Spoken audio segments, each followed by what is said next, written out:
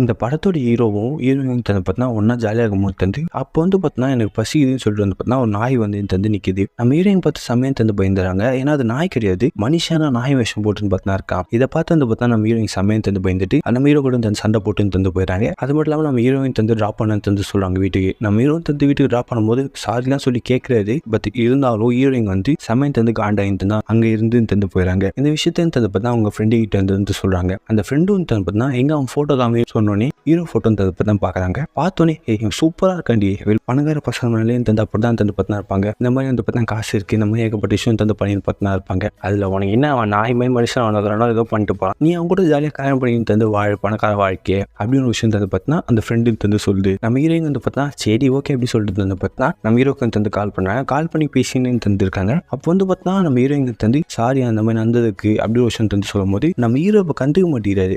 ஓடி சென்ட்ரல் அப்படின்ற மாதிரி தந்து நம்ம